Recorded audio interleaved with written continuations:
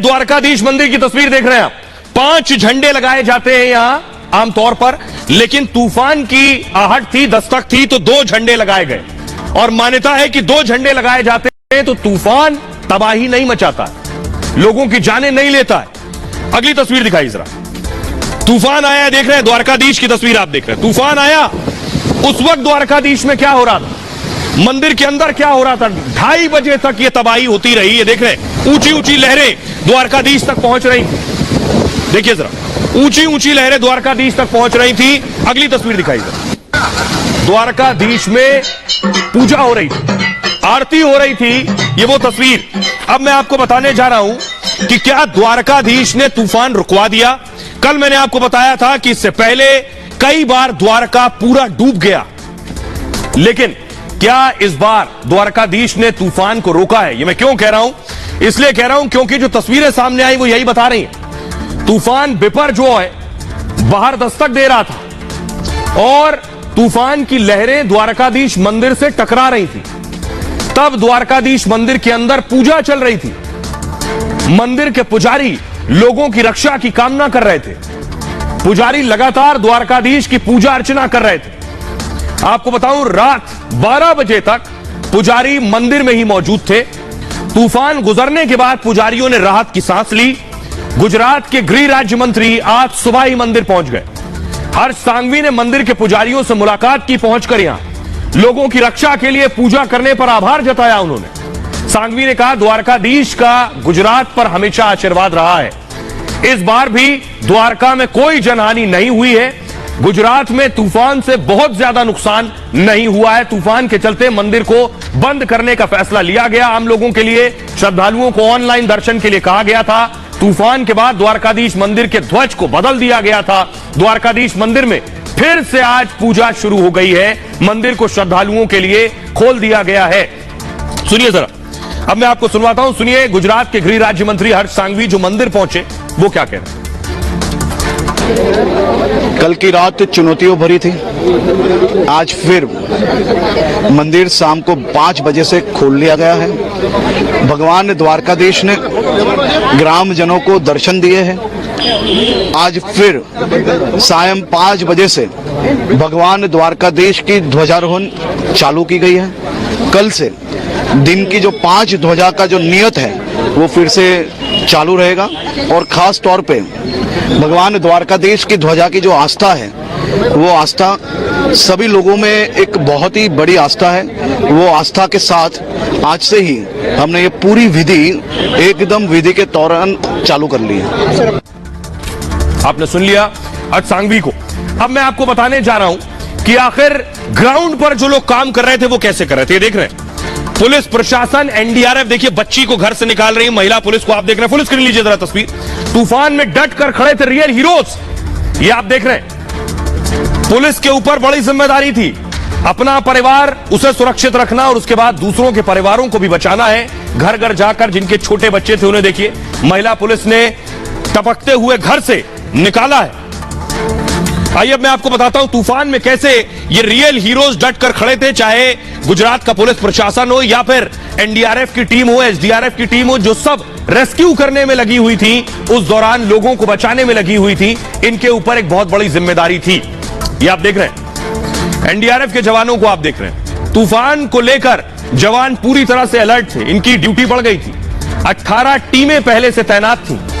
तूफान के बाद एनडीआरएफ की टीम एक्शन में आई, बिजली के पोल और पेड़ को तेजी से हटाने में जुटे। फंसे हुए लोगों को सुरक्षित बाहर निकाला गया। बाढ़ प्रभावित इलाकों में राहत कार्य चलाया गया। गुजरात के मांडवी में 15 लोगों का रेस्क्यू हुआ। नीलकंठ नगर से लोगों को सुरक्षित निकाला गया। तूफान के बाद एनडीआरएफ ने बयान जारी किया और लैंडफॉल के बाद कोई मौत नहीं हुई। तूफान से पहले 2 लोगों की मौत हुई। एनडीआरएफ का कहना है हमारी टीम पूरी तरह से अलर्ट है और एसडीआरएफ कोस्ट गार्ड की टीम भी अलर्ट पर थी। इस दौरान कोस्ट गार्ड के 15 जहाज, 7 एयरक्राफ्ट तैयार थे। मुंबई में एनडीआरएफ की 5 टीमें तैयार थीं। कर्नाटक में एनडीआरएफ की 4 टीमें एक्टिव थीं। तूफान से पहले करीब 1 लाख लोगों को हटाया गया है। सभी लोगों को सुरक्षित ठिकानों पर पहुंचाया गया।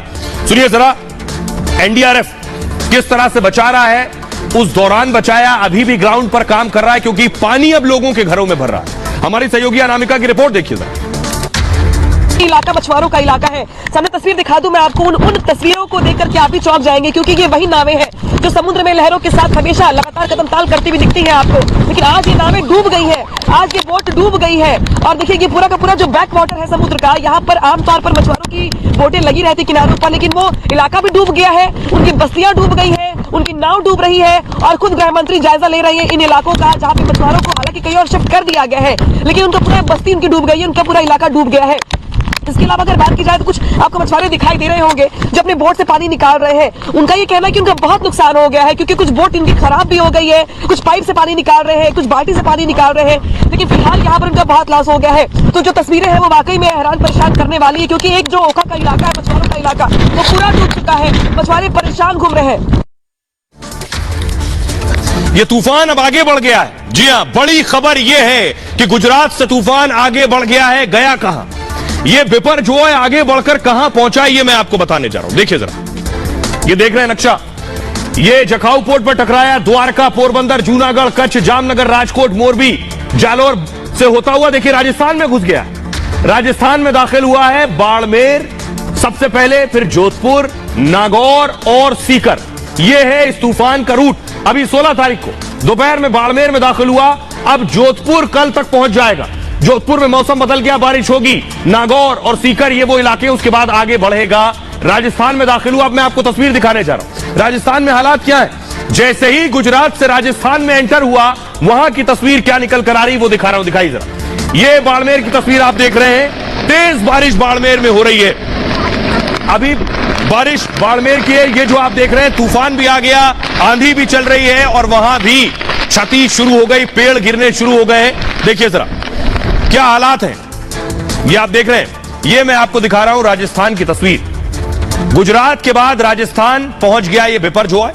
राजस्थान के बाड़मेर, जालौर में आज रेड अलर्ट था। ये पेड़ गिरता हुआ जो आप देख रहे हैं, तेज हवाओं के साथ भारी बारिश हो रही है। राजस्थान के जैसलमेर में आंधी बारिश जारी है। तूफान को लेकर राजस्थान के 5 जिलों में अलर्ट है। बाड़मेर, सिरोही में तेज हवाओं की वजह से पेड़ गिर रहे हैं, कई जगहों पर बिजली के पोल भी गिर गए हैं। जालौर में सुबह से 80 मिलीमीटर बारिश दर्ज की गई है।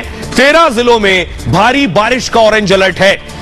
बाड़मेर के 5 गांव से 5000 लोगों को निकाल लिया गया। राजस्थान में एक्शन शुरू है। जोधपुर में स्कूल बंद कर दिए गए हैं और जोधपुर यूनिवर्सिटी ने परीक्षाओं को स्थगित कर दिया है। हालात ये, किसी भी हालात से निपटने के लिए एनडीआरएफ राजस्थान में तैयार है। एसडीआरएफ की 17 टीमों को राजस्थान में तैनात किया गया है।